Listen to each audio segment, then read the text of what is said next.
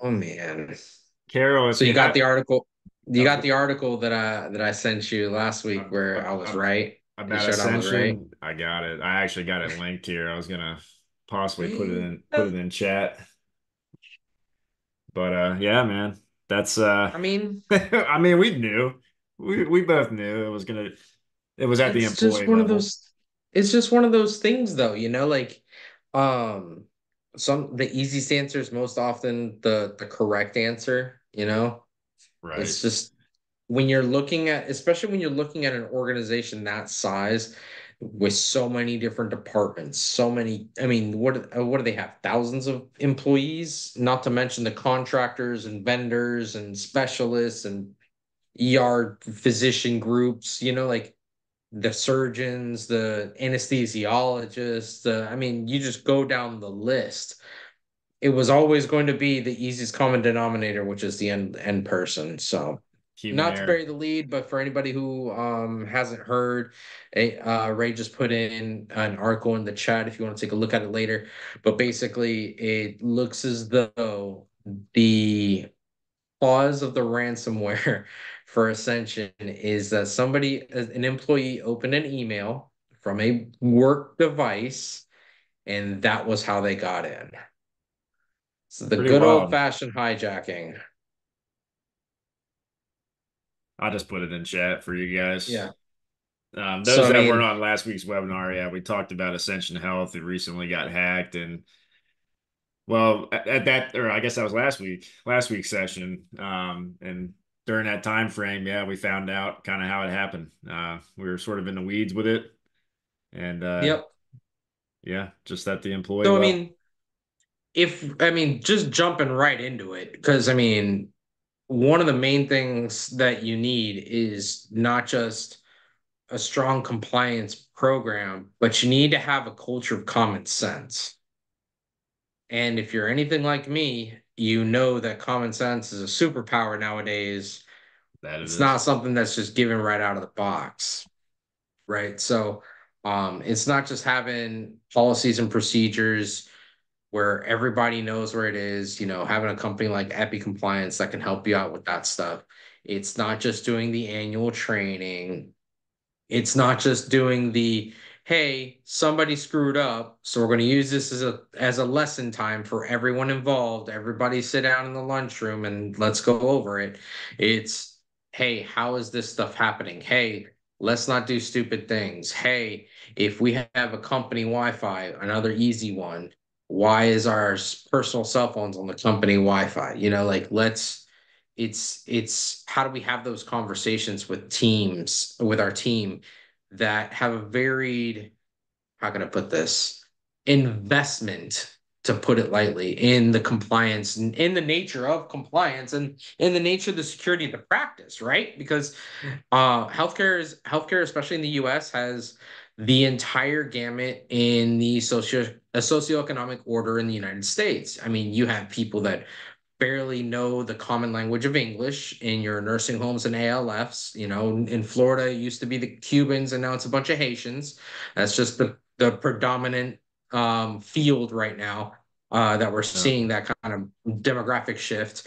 And then you have, your MAs, your front desk personnel that are minimum wage, maybe a little bit more than minimum wage, to your mid levels, to your nurse specialists, your nurse practitioners, your PAs that are upper middle class, and then you have your providers that can go anywhere from being in the same class as the mid levels to the one percenters. So just how do you have that conversation with everyone and make sure that everyone's involved, because you're going to get a different level of engagement. So you can use the carrot or the stick a lot of times, right? I mean, we can go over the whole, hey, this is how we go and uh, have our policies, have our procedures. If you don't do it and we catch you, you're fired. Okay, that works for some people that are afraid of repercussions, but for those that don't care, they don't care. So, sometimes the carrot works better, right? So how do we incentivize our employees? hey, if there are no issues, I know that a couple of construction companies that I know of down here in Florida, they obviously have bigger OSHA concerns than cybersecurity concerns, but they go and do um, if there aren't any workers' comp claims for injuries that could have easily been avoided, not Hmm. wearing your hard hat when you should be wearing your hard hat. Stupid things, but stupid is as stupid does. I'll give you You know, some. so I'll give you a scenario that recently happened to one of our customers, and they're a larger organization. They have somewhere around 250 to 300 employees. yep, They just hired a nurse practitioner, yep. and um, I want to say it was the first or second week on the job.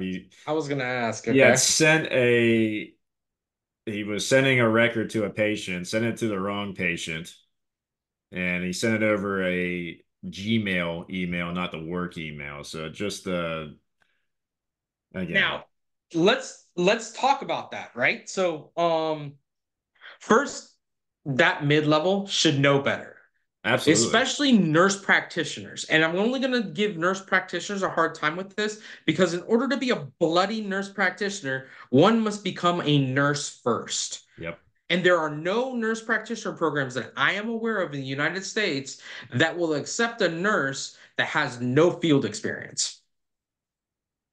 So this absolutely. nurse practitioner should have known better. I don't give a crap what age they are. All right. With that Don't know said, those demographics. I didn't ask, but yeah, that was if, yeah, with that said, I mean, the PA you might be able to get away with a little bit better because you can just go straight through college and this could be their first job, that kind of thing. But even still, but the email thing is interesting because depending on the kind of setup that you have with your infrastructure, your cyber infrastructure in the office, if you're using 365, if you're using Google, if you're using nothing, there can be limitations set on not just the kinds of emails sent, but who you're sending them to and different things. So I am not surprised that your larger client experienced this type of a breach because they were like, "Hey, I need to send this to a patient real fast. This is already annoying that I have to send this to a patient, but I'm going to obviously. do it I anyway. mean, Now my email isn't working to send this crap out. All right, well then screw it. I'm just going to use my personal one and be done with it." well, that's what it's funny you say that because that's exactly what this person had said why he sent it to that Gmail and obviously ended up sending it to the wrong patient. But ultimately to, you know, I mean, and you can have all the the policies and procedures you want. right. Hey, before we send anything to a patient, we confirm the DOB. We double check the DOB to make sure that the DOB matches the name and so on and so forth, and make sure that the email we grab from the profile of the patient. But if you're just responding to the patient, which happens more often than you think, patient sends you an email saying, "Hey, can I get this?" All right, cool, let me just get this done and be done with it.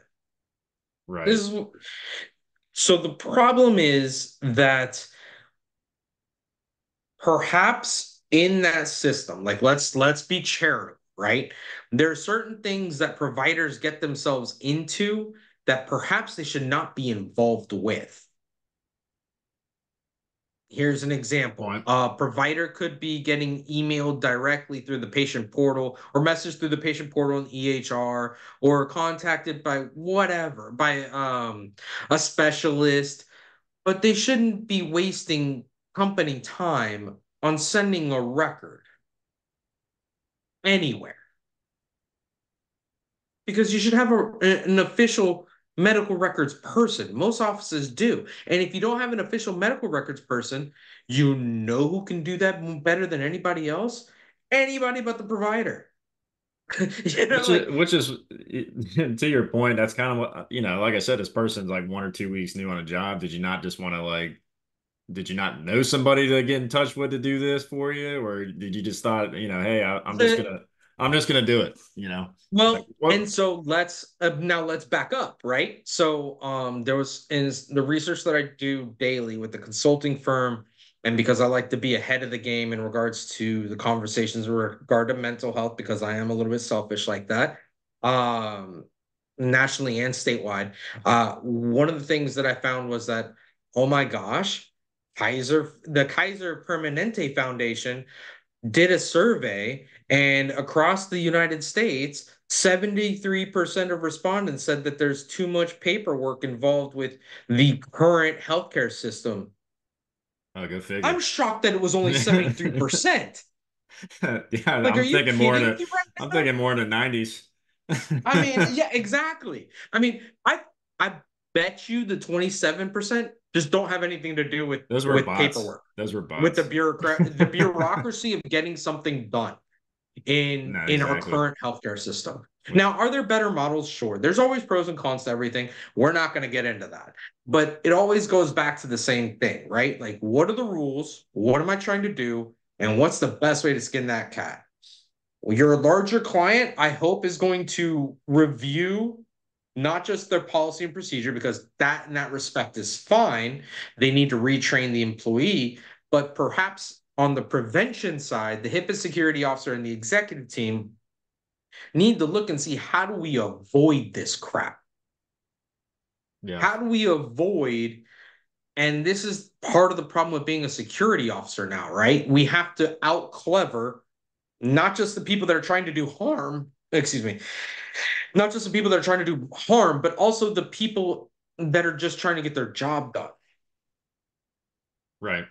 but inadvertently increase the The liability liability. for the entire practice. So how do we manage this? How do we work this out? So I would honestly be taking a look at, in this case, in the scenario that you just gave, why was the patient contacting the provider directly? Is there somebody that is better for that job of just sending the medical information where it needed to go, you know? I see this a lot with prior authorizations. Okay, well, I need the provider signature for the prior Mhm. authorization. For some stupid reason, some insurances still want me to fax it rather than email it or fill it out online and be done with it faster. Okay, you know? So how do we get this done faster? Because I don't want my provider wasting their time with this. Let's say I got to do something for a patient that's ADA, hey, American Disabilities Act. They need an accommodation. Mhm. How long is that going to take for my provider to fill out? And how much of that information is really necessary for the provider to fill out rather than someone else? Because the medical record should be backing up the decision no matter what. And we're seeing the patient, regardless of the ADA requirement or request, the ADA requirement request usually comes after the diagnosis, not before. Some Right. patients are clever and try to swing it in before. No, no, no, no, no. You need the diagnosis, then do it that way. It does that way, things don't look fishy. Like you're just chasing the disability. So but when we look at cybersecurity, it's the same thing. How do we optimize our workflow? What's the workflow look like?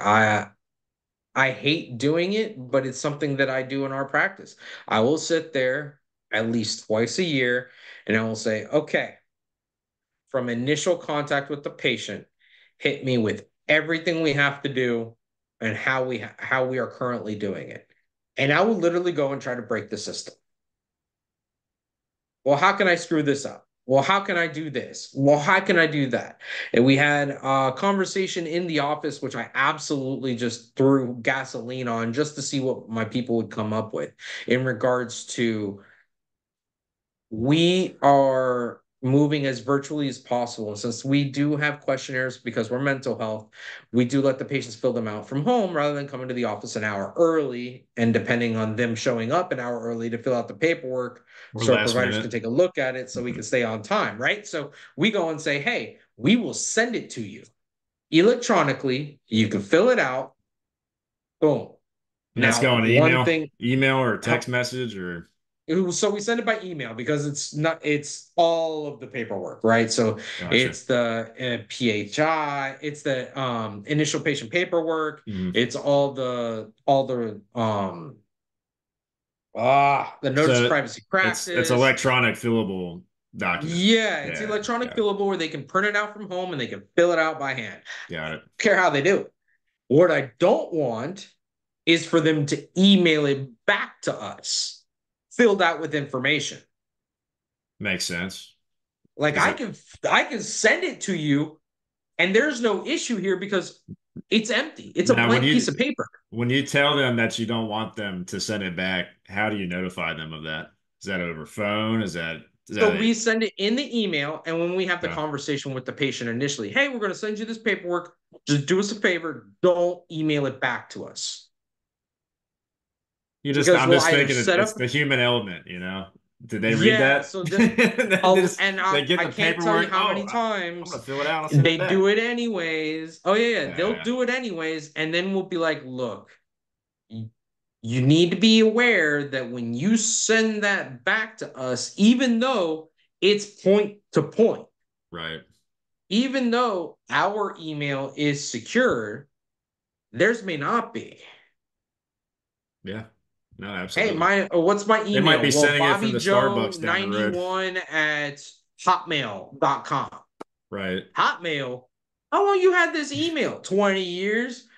The When was the last AOL, time you think they changed their password on that email? AOL or AIM. Yeah, You yeah. gotta have those in When the do you mix. think was the last time they, you know what I mean? Like, so, but this goes to the entire situation of how is everybody getting hacked? Because it's something as simple as that. Well, that and like I said, they could be at a Starbucks on an open Wi-Fi connection, you know? Yes, luckily most people have gotten a little bit more attuned to that one. How I've seen other people mess up is okay, cool. I will set up my own hotspot, but then because of laziness, when they set They up don't their own set a hotspot, password. they don't put a password on their own bloody hotspot. Yeah. Yeah. Even though if you go to just the defaults, anybody who's done this before knows this, so I'm not saying anything that's a top secret tip. A lot of cell phones will just have the default password being the phone number to the phone. Yep.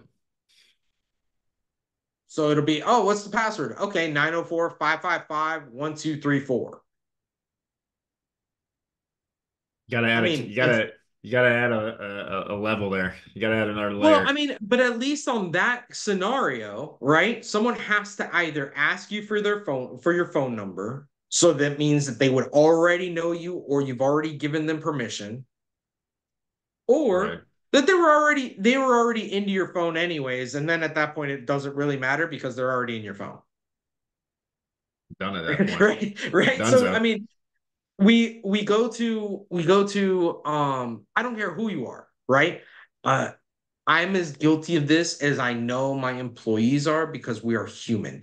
If I am in the middle of working and my phone pings and it looks like an urgent email that I need to address for some reason. I mean, it's hurricane season right now. I actually went and got a couple of emails. I don't know if you got these, right, in regards to flood insurance and hurricane I've insurance gotten and water letters, damage gotten and my emails. roof. Yeah. Yeah, so what's my problem? I actually do have a property, I actually Right. do have insurance on my property. I actually do have, I thought I had flood damage, but I just have water damage, which is a whole nother bag of tricks. But anyways, the point is it was urgent and it actually made sense for it to be urgent. And it was something that I was like, okay, crap. Let me just take a look at this real quick to see what it is. Sure. Got me. What'd you do? Fill out an Is that online? it's I mean it's not like I guarantee you it's not like that employee was on freaking Temu or Wish or TikTok on their laptop. You know what I mean? Like it could have been something as completely benign. Now there's ways to go and you can limit this with the use of IT and company devices saying, "Hey, you can't access these sites," right? Right. But let's go ahead and set up another scenario. I got 365 in the office. And because I am just tech savvy enough, so I'm tech literate more than tech savvy, I know how to combine my emails into one screen. Well, ladies and gentlemen, guess what we did? all the emails get forwarded to this one screen. So let's say I have a Comcast email because Comcast is a dumb company, and every time you're a client of theirs, makes you get an email just for them. And then you have AT&T because That's you why we drop don't have Comcast because Comcast. Comcast sucks. Go Then you T-Mobile. have your work email, and then you have your personal email. And you decide, hey, these are a lot of emails. I want to get them all in one place. You get them all forwarded. This is where you have that problem. Right. You see what I'm saying? So it's like, geez, I mean, let's say I'm using a work laptop, which is even worse. Why? Because if I take the work laptop home with me and I'm doing work from home, which is very common, especially for mid levels, Very traveling much so. providers, I owners of would practices. I Go would ahead. say I would say this is one of those risks of smaller practices. I feel like a lot of smaller practices take their I would say more so than larger healthcare So, organizations so yes and take their no. work home. So yes and no. It would complete. I would say I agree with you in the respect that smaller practices will go and buy laptops more because you have smaller especially with all the nonsense from COVID. We still have all our laptops from when people were working from home because they had COVID, but they were feeling fine. So we were set up to work remotely completely, that was an interesting scenario. But one of the issues is if I have this laptop, and even if it's assigned to me from work, there are those times that I'm like, oh, this is my laptop. And I may not think about it and I just go and do whatever. Um, I can't tell you how many times I've had a couple of people that have said, hey, so I know I just left the company. Did you wipe that laptop yet? There's some stuff that I need to get from there. Oh, Because they could have they saved their password because they use paid it their for their mortgage on personal. there. Yeah, Yeah, they paid their mortgage on there, or hey, I was working on my doctoral dissertation or a research paper while I was also working on something else for you guys. This stuff should know better. happens, and but they do know better, right? But it's just one of those things where they're not meaning anything bad by it. It's again, it's the thing where It's it's convenience. not even negligent, it's just not paying attention. Yeah. Right? So how do we avoid that? Right? So you have the cynical method would be, hey, every device, you tell IT, you only let them have access to these websites. You only put on the web browser that you have all of your protections on, and you only let them get to the four websites they need, right? Like here in Florida, it'd probably EMR. be the EHR, Yeah. the Appointment email for your scheduler. work, Availity if you're in billing or if you're in the front desk, and then maybe e-forces because you got to run e-forces if you're doing class twos in the office, What about right? you? So I mean, You're telehealth, so you gotta have what? You gotta have Zoom access no, I mean we don't or is have that to only have Zoom, but that's a only Zoom the wouldn't be a provider? bad one. But whatever telehealth tool, whatever video conferencing tool that you're using in the office, obviously that one's got to be in there. But you're looking at like five or six things where most laptops, most computers now, they're set up as you can set them up as apps, right? Because of the way the Sure. new Windows operating system is, everything is an app instead of a program or whatever terminology they want to use, right? So you can hyper, hyper limit what the employees have access to on that side. Then you can have the other limit of, hey, the password for the work Wi-Fi is just one of those 20 digit 20 alphanumeric random ass word that it looks more Cyrillic than English, like it's just Hmm. gobbledygook that no one is ever going to remember. And you do that on purpose with your IT so that way the only way that a device is getting on there is if one, the employee has enough technical Technical savviness to look up savviness. what the Yeah. password is, or two, they got the password from IT, which IT should never give that password out. Then, if you're going to be that hardcore, This is difficult in a scenario like a sniff or an ALF. And I go back to those because Florida, we have a lot of those, and we have a lot of providers that go in and out. Hmm. So, hey, all right, cool. I'm a specialist. I'm actually working on something with a sniff right now. All right. What does that mean? That means that my providers are going to be going in and out of that sniff. That means that I need access to the Wi Fi in order for my provider to be able to do his notes at the time of the visit, which is what the insurances want, right? And which is what honestly I want. I don't want my providers working till 9 o'clock at night doing notes. Doing notes after the That fact. nonsense. That That's nonsense is wild. And honestly, it's not that kind of a business environment anymore. So, and not the kind ideal. of providers that will do that now, they're of a certain age that they just have been doing it for so long, they don't know any better. Right. So, Absolutely. I can I mean, speak it's on just the that way that it firsthand. goes. Yeah, You don't have I mean, you don't have a large quantity of providers under the age of 55 that would be waiting to fair. do their notes at the end of the day, and they'll sit there till 8 o'clock, 9 o'clock to do the notes and then leave. You Right. just don't have that anymore. But anyway, so um if I'm going in and out, then if I'm an ALF or a SNF where I have a scenario where providers are coming in and out all the time, then what I would do is set it up to where you have sadly three Wi-Fi not systems, but just setups, Network right? So, IDs, huh? network IDs, like Yeah, three points of Wi-Fi access. networks. Yeah, yeah. Yeah, three Wi-Fi networks, right? So you have the one for the employees that are completely internal organization owned. Then you have a second one that is all of the providers coming in and out. And Okay. then you have the third one for the patients and the patients and patients' families and employee personal devices.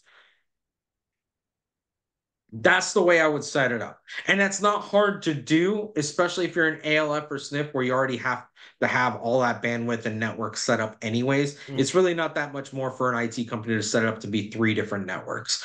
I was gonna Uh, say if you're a smaller practice, right, and if I'm a one provider maybe shop, I was gonna say maybe you don't have the budget for an IT person, right? Then you're so I guess you're just jack of all let's trades. so let's go down. You asked the question, so let's go down the road, right? Sure. What can I do out of the box as a single provider, dual provider office, including the providers? Maybe there's 8 employees. That's fair. Okay. My budget's extremely tight. Why? Because maybe we're generating 20 to 30, 20 to $40,000 a month. Okay.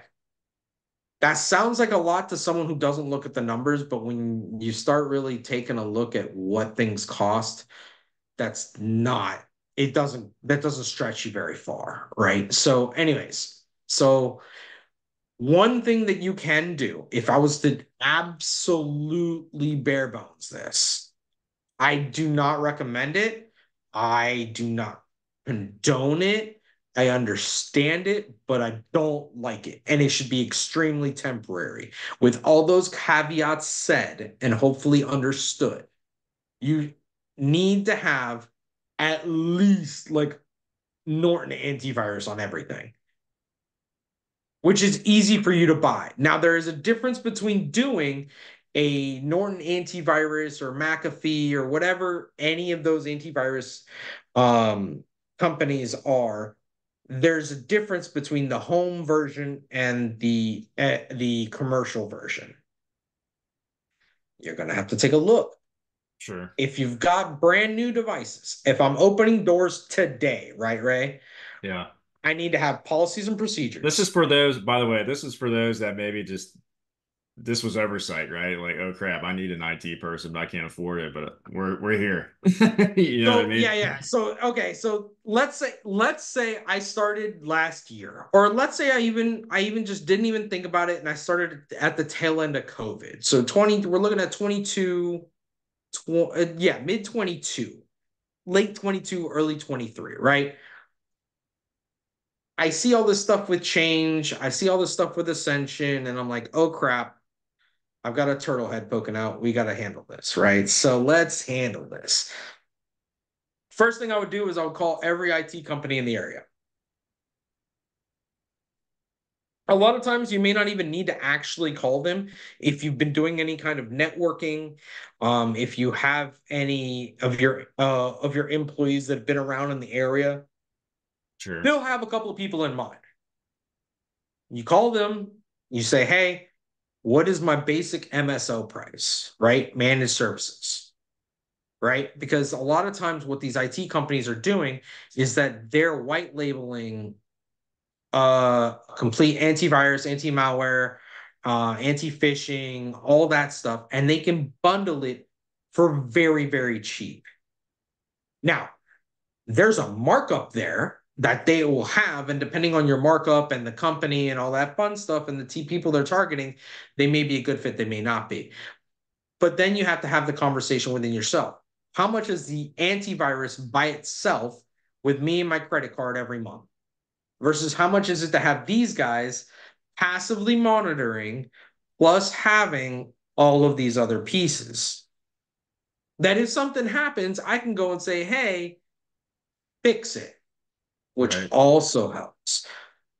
Some of them with their basic MSO packages or with just like one level more can do a lot of remote help.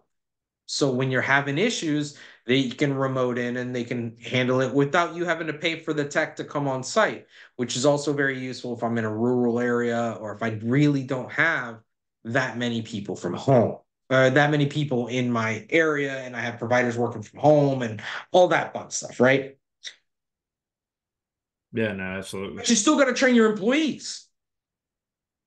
You still got to The go and bottom line. explain and make Yeah. it fun for them and say, hey, how do you guys understand how easy this is for somebody to do this? Like now we all know the whole, hey, if there's a prince from Nigeria who wants to send you some cash because he's got a bunch of cash coming in, but you got to send him some cash or some banking information so that way he can send it. Enough of us have gotten caught by that. Enough of us have been on the news that we know don't do that, and here is why. Right. So, I mean, I can't tell you. I still get some of those emails because I still have to look through spam because some of my filters are so strong that some of my vendors end up in my spam. So I still That have to look at my happens. spam box, at least once every couple days just to make sure I'm not missing out on important emails. Which then I'm like, oh my God, there's another Nigerian prince. How many princes are there in Nigeria? What in the world is going on over there? Like, so I mean, No it's just a cybersecurity threats matter. over there. It's just a matter of like, we got to use a little bit more common sense. And I Right. like having these conversations with the employees because then I can get to sit back as someone who is financially and legally incentivized to make sure this stuff is correct. I can sit back and see, okay, which one of my employees are engaged in the conversation, which ones are not. I can sit back and say, okay, cool. Are they correct? And maybe I want to shift our organizational philosophy to reflect the consensus here, or are they wrong and maybe we need to adjust here and here and here? But these are all things that I can do not by actively engaging in the conversation, but by literally throwing the grenade in the middle of the group and seeing who does what. Well, let me ask you this, Jose, because Mhm. a company like Epi Compliance, right? One of the aspects of our system is online training for staff, right? HIPAA, Mhm. privacy, and security training.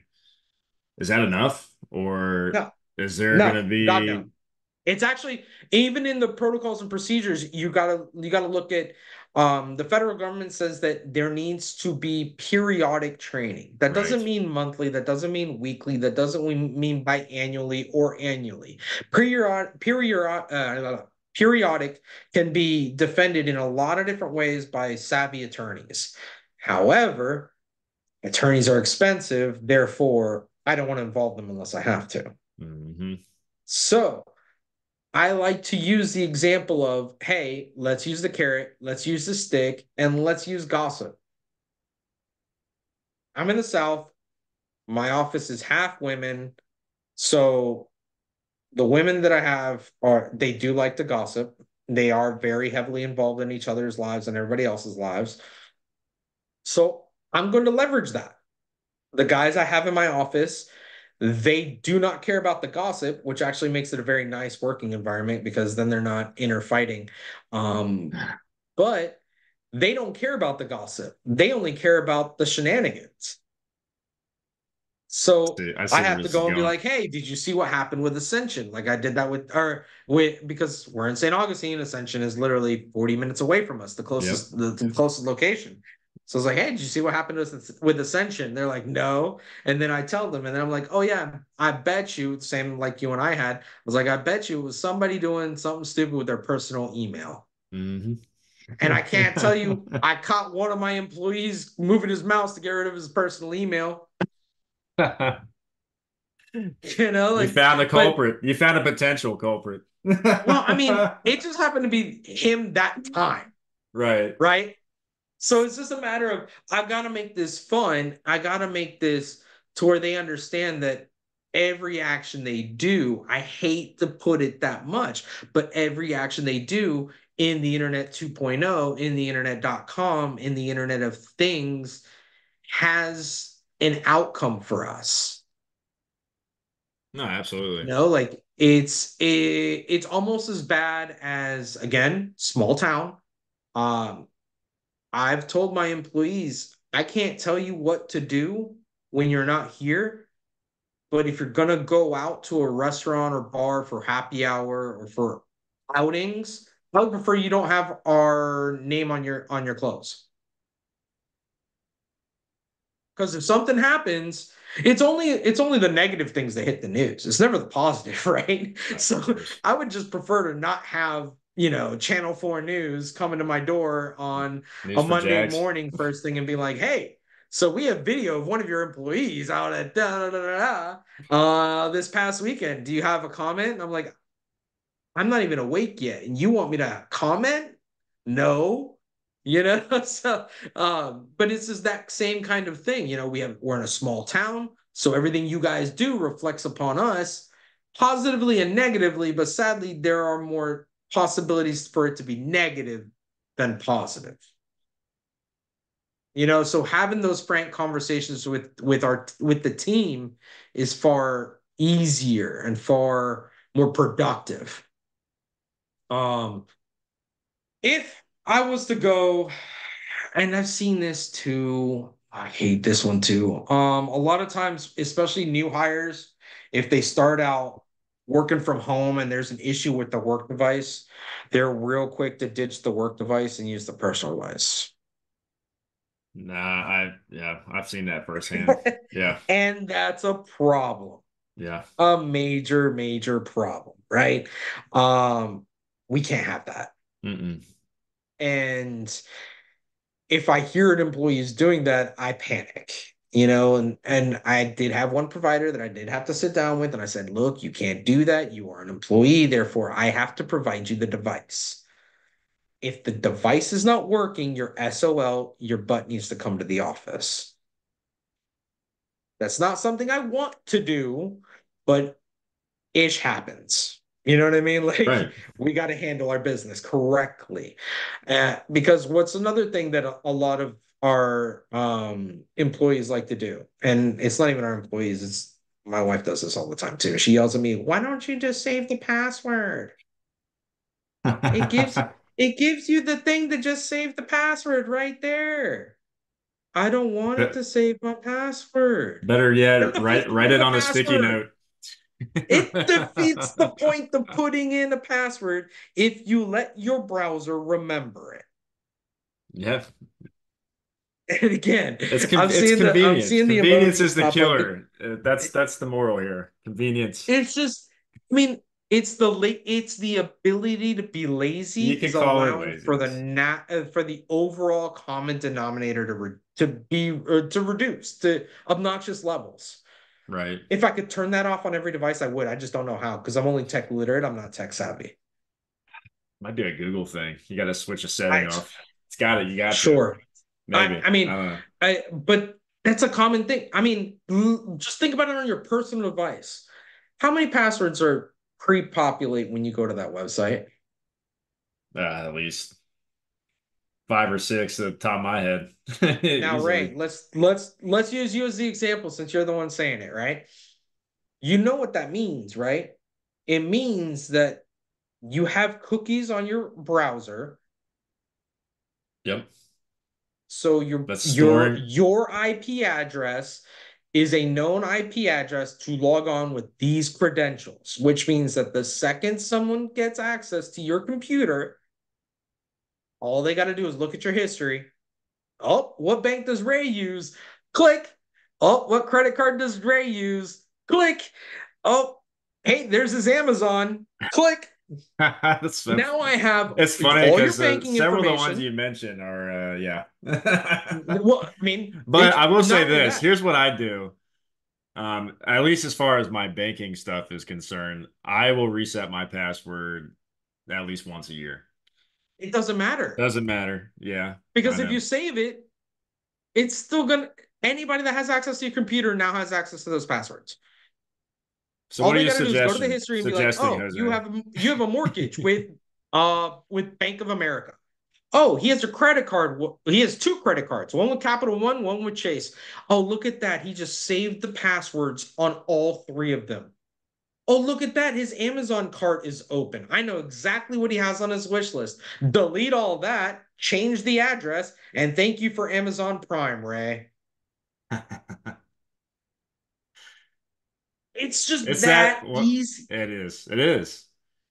And it well, let me ask you this. So, talking about the I hope I'm not scaring the crap out of not everybody. about my personal stuff. That's fine. Uh-huh. Yeah, I get your point. It's that easy. And yes, it is. And but going back to comparing large healthcare organizations to the smaller, right? Yep. So large healthcare organizations, uh, there's more employees. That makes them more, target to these hacks, right? Yep. Especially So let's use change as an excuse for change this, in right? ascension. Yeah, yeah, Yep. Let's use there's no reason why change should not have had multi-factor authentication on everything. right. Because there's no way you can tell me that Change Healthcare can't afford it. Because by extension, you're telling me that United Healthcare can't afford it. Which is that the largest conglomerate Yeah, in the U.S.? it's the largest insurance. I believe it's the largest or second largest insurance in the U.S. right now. I would like to think Now, that they could if I'm afford a it. small office, now think about it like this: if I'm a small office with again 10 employees maximum, everybody's cross trained. So there's no way that you can have, okay, well, only you have access to the billing stuff. Only you have access to this part of the EHR. No, somebody's sick, somebody's on vacation. Oh, we're moving everybody around. It's musical chairs in there. At Right. Change, Turnover's that's not high. happening. Yeah. At Ascension, that's not happening. If you got somebody in finance, they don't touch anything in procuring. They don't touch anything on the clinical side. Right. If you're on the clinical side, you're not touching, any of that stuff. If you're on the clinical side in a hospital, you're not touching the billing side. You know what I mean? So it's segregated naturally. But if there's no reason why you don't have multi-factor authentication on this stuff. No, There's no it's reason why you shouldn't have passwords on your devices, right. which Common I see all sense, the time. which is just Which nuts I for see all the time. a large organization like that. And obviously, with Ascension Health, But I mean, I've seen it right now. We're in 2020. We're halfway through 2024. We did an SRA for a specialist group that puts their devices in each exam room. So when the patient comes in, the provider comes in, just unlocks the computer and just goes. right. One of their providers couldn't even be freaking bothered to log out of the computer or log out of the EHR. What are we doing? I What are you guess doing? that So you mean to I tell me guess that if I I get wanted any information on any of your patients, you just went just I'm just gonna leave the EHR I just go open. around All the they gotta do counter. is move the mouse. Wow. I guess they're well again laziness, right? Laziness. And I would assume that some of these people may think that there's some sort of automatic log off, which there is, but you'd have to put those in place. And, You have to there's a train on them. You got to timestamp put on them in that. There's a place. timestamp of when that is the automatic log Yup. off. It could be 5 minutes, it can be 10 minutes, it can be an hour, who I mean, knows? you can, so for a lot of the computers, you can set them up, and a lot of the EHRs, you can set them up. They all have defaults. Usually it's like 5 minutes of Right. inactivity, they log you out. Yeah. But if your provider is going Still to be enough time if lazy, you exit the room. That's plenty of time are to, you kidding me? Do you know that's, what a patient can do in 45 seconds of yeah. nobody watching them in an exam room? Yeah. Anybody in the field, in the trenches, they can put some stories in, Yeah. right? Like it's just wild what they can do. You cannot have that. I mean, if your provider is going to be that lazy, I honestly told the office manager and the HIPAA security officer, I was like, look, you need to just set up your devices to where 30 seconds of inactivity, it's not that it logs you out of the EHR, it logs you out of the computer. Yeah. Then they can't access anything. They can wiggle the mouse around, and as long as they don't know the password, you're good to go. So please don't make it exam room one. You know, Yeah. don't make it the number on the door, exam one, exam two. Um, but it's these common sense type things that are the most dangerous because it's the lowest common denominator. It's easier to hack a person than it is to hack a device that's properly protected. It just So takes less time. smaller, obviously when it comes to smaller practices, keeping up with these changing cybersecurity threats. I mean, where do you start? I mean, I would say, So as your IT, or if you're IT, if you have IT, as they're setting up on every device, the antivirus and anti-malware and all that fun stuff, and the passive monitoring, you need to be going over with your employees the importance of this stuff. Because yeah, they'll do the annual training, and yeah, they may be better than most and know where the policies and procedures are, and they may be able to tell you some of that stuff, but they got to know the why. They gotta give a crap. They gotta be, you know, have a strong enough sense of shame, fear, or gratitude to not do something stupid. I would add, don't let your ego get the best of you either, because I have talked to smaller practices, and I'm sure you've dealt with this, that think that, oh, I'm the small guy, I'm a small guy. I'm This not won't at happen to risk. us. It's not going to happen to me. I got a Yeah. small target, or no target. I want to say that there was one that was like a two provider office that recently hit the news. They had 5,000, 6,000 patients that were affected by a breach on their end. They were probably those people, you I know. mean, I it's I, I easy to do. It's easy to do. Now, on a legal side, can I defend certain things? Absolutely. I don't sure. have the same level of resources as Ascension or Change. So as long as I can show that, hey, we have policies and procedures, we trained on them, this happened outside of. We had a client that something like this happened, and it was actually on the fault of the IT because they were updating something with the server because they went server based, even though it's cloud based. It's a whole convoluted mess.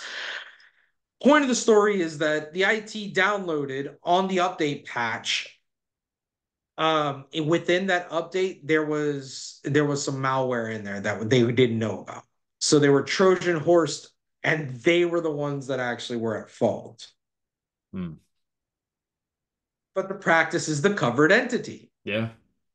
So There's how did we prove that? Well, I want to say they spent about 50 $60,000 worth of see, legal fees, because the federal government does not care. and they still stayed in business. Good They Lord. still stayed in business currently. This For a they're small they're on practice, year three. that's a lot of They're money. still on, I think they're on year three of this nonsense. Oh wow. But they're still in business. Last I checked, they were on 50, $60,000 worth of legal fees. We knew that the fine, even though it wasn't on them, was still going to carry a comma and be we've been guessing it was going to be the price of one provider a year. Okay. So we're expecting to see that when the fine comes down, it could be anywhere between three to $600,000. And then whatever happens to the vendor, the IT people, which could be another three to $500,000, which depending on the IT company could put them out of Was business. there any I don't think that BA? one it Was would there have any put them out of BA in business. place? Say what? Was there any BA in place? Any business associate They agreement? did have a they had a soft, very, very soft BA from the IT company, Okay. but it doesn't matter. From The the covered IT entity is company. still going to get hit. Sure. It's just Sure. instead of it being $1 million fine, it's only half that Well, at because least they're going they, to split it 50-50 with at the least there IT was some company. sense. Yeah. I mean, It doesn't seem like much because you're still buying a house, but hey, listen, a it's small practice, that's a lot of money. That is a A lot of small money. practice wouldn't have that. But Yeah, no. remember, any violation of HIPAA security, the minimum fines, they start at 50,000 per Right. Right. For simple stuff. I mean, training, per. ongoing That's the training, problem. Is that policies it's not just that it's a 50,000, it's a 50,000 per. per. Yeah. Yeah. Like I So when said, you that have 2,000 patients, because that's one full-time provider that could have been affected, not even proven affected, but could have been affected, because that's always the verbiage used, because you never really know how far they get in, times 50,000, you're looking at what? A mill? close to it. Yeah. I think 50K times 2,000. No, that Yeah, might that's be a more than that. No, that might be a mill, right? yeah, that's a mill. It's a mill. Only. I mean, don't worry about your student loans provider. They'll be paying And then that off thanks for to the the rest of. PPACA, now that's criminal.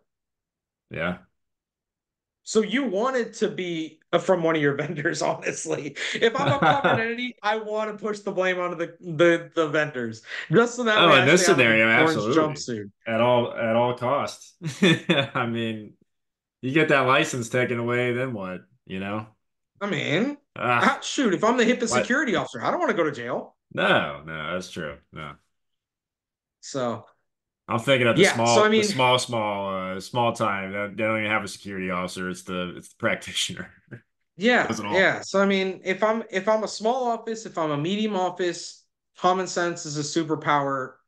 Address the elephant in the room. If you think that there's something that's not worth going over because it's so basic, go over it anyways. Trust me.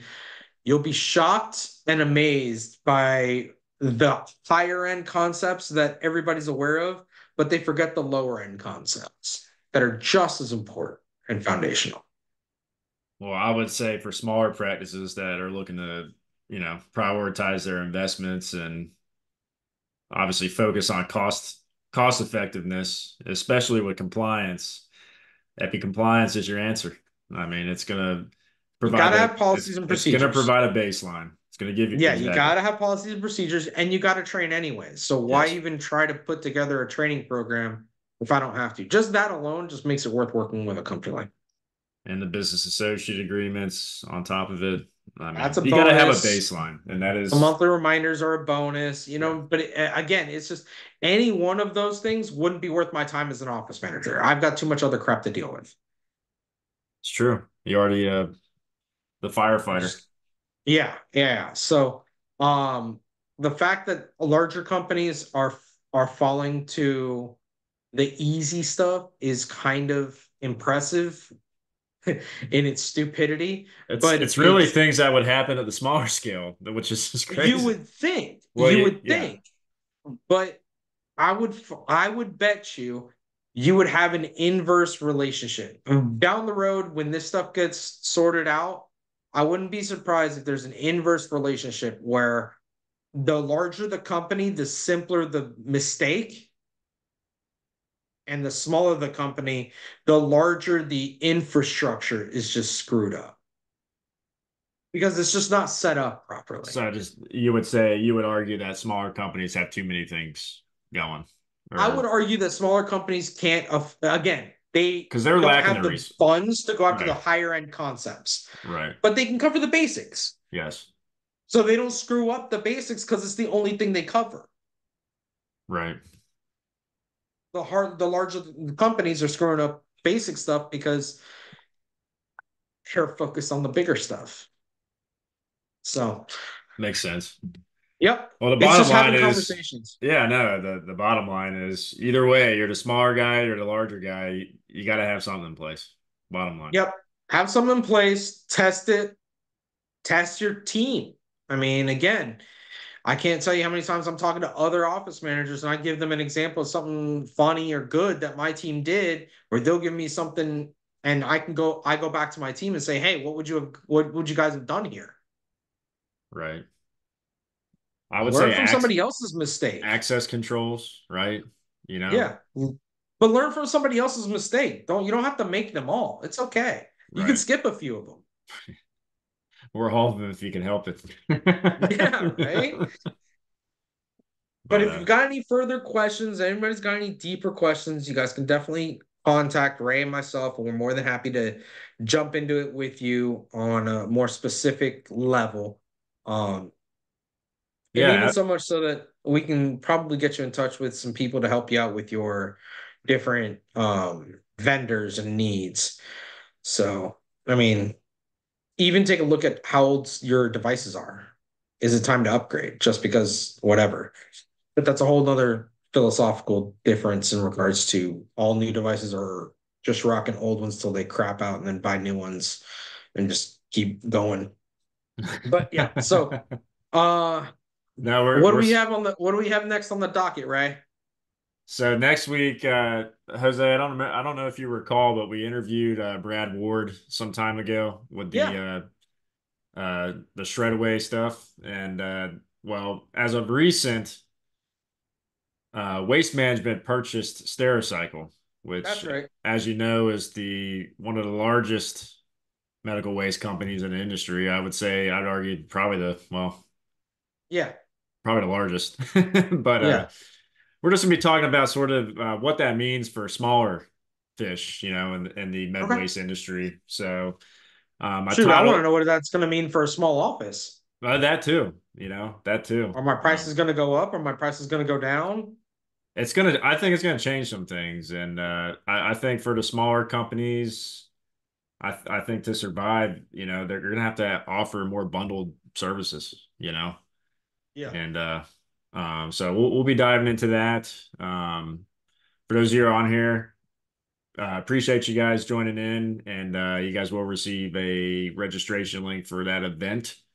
I said it earlier, but if you haven't already, please, please, please, if you haven't subscribed to our YouTube channel, please give us a like. I did send the link in chat earlier. I'll do it again, and would appreciate that.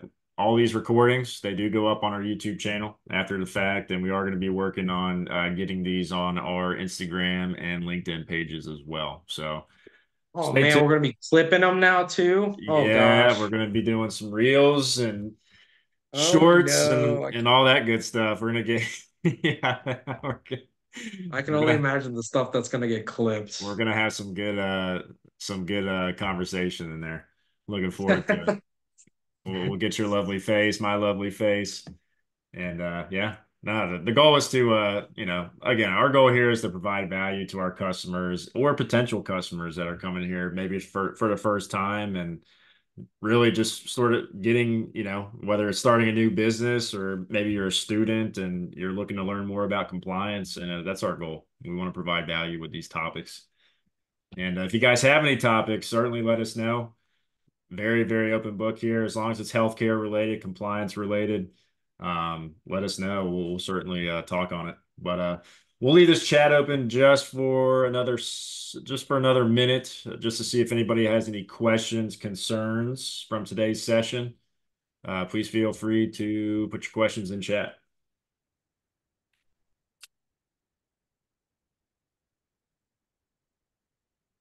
Yeah, so the easiest way for smaller practices that to keep up with the changing cybersecurity threats is just breathe in, breathe out, handle the basics. establish that Gotta handle the baseline. basics. Make sure you've got antivirus, make sure you've got anti-malware. If you have an IT company that is giving offering an MSO, grab it.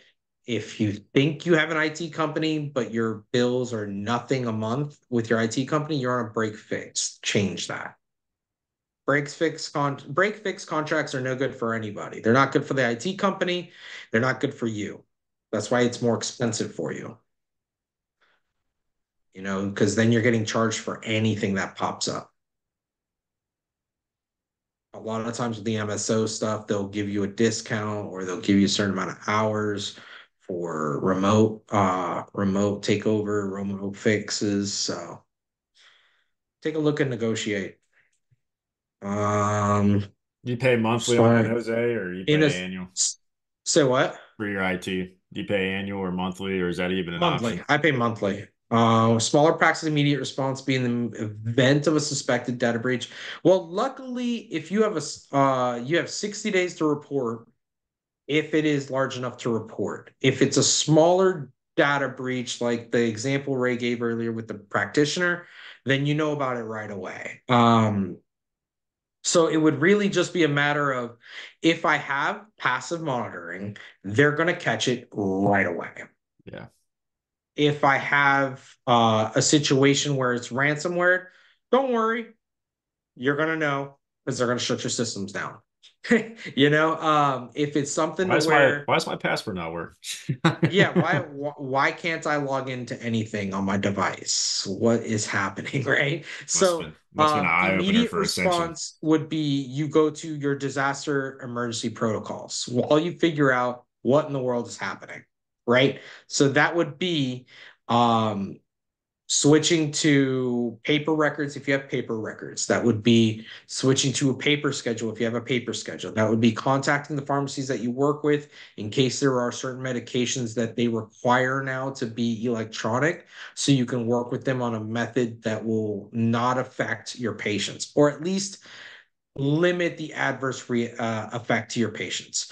You don't want to contact your patients immediately because they will freak out. Contact your attorney or contact a healthcare consultant and your IT company so they can start diving into what in the world is happening. Because it could be something really bad, it could be something not nearly as bad, or it could be something that's not even a fault of your own. You may be panicking right now that you have a suspected data breach, but it's really your EHR that just went down because they did a bad update and it didn't carry over correctly the next morning.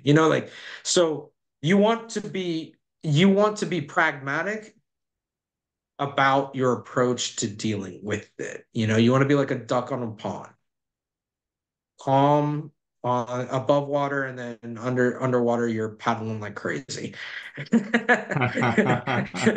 But nobody knows it and nobody sees it. So I you like you that just want to, analogy. yeah, just got to keep calm. Just got to keep calm. And then if you do think that there is a data breach, you just got to figure out how many people are affected. A lot of times in a smaller practice, it's going to be an individual patient or it's going to be a batch of patients.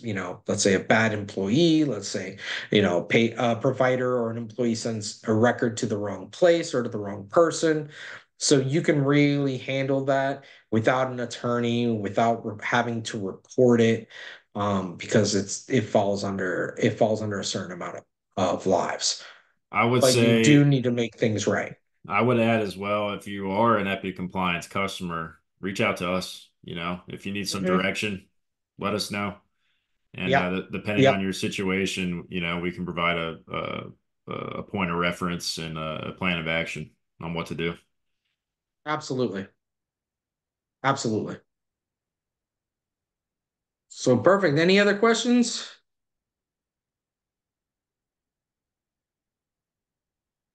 Don't see anymore. We'll go ahead and close Okay. out, Jose. Jose, I appreciate your time as always. Look forward to seeing you Hey, next week. And again, for those that were on here today, appreciate your attendance.